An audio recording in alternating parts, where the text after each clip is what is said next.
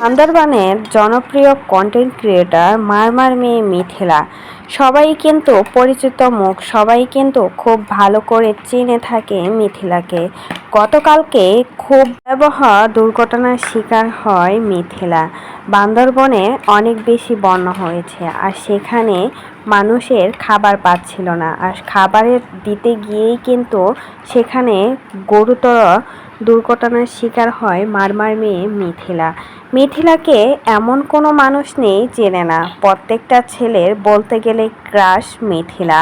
কিছুদিন আগে গোটা করে বিয়ে করেছেন মিথিলা, আর তার হাজবেন্ডকে নিয়ে কিন্তু বান্দরবন গিয়েছিল।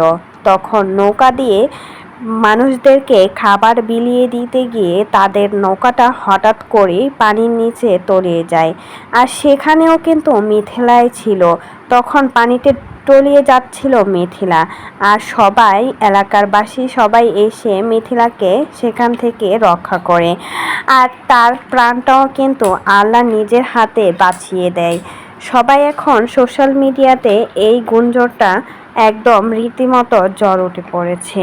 আসলে মানুষকে বাঁচাতে গিয়ে নিজের জীবনটাই আজকে দিতে চেয়েছিল, কিন্তু ভাগ্যক্রমে সবার ভালোবাসাতেই কিন্তু বেঁচে আছে মিথিলা।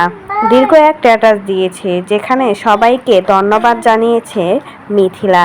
মিথিলা বলেন, এলাকাবাসী যদি এগিয়ে না আসতো তাহলে হয়তোবা আজকে আমি কোথায় থাকতাম সেটা নিজেও জানতাম না। আপনাদের এত এত ভালোবাসার জন্যই আজকে এত বড় দুর্ঘটনার হাত থেকে বেঁচে গিয়েছি। সবাই আমাদের জন্য দোয়া করবেন।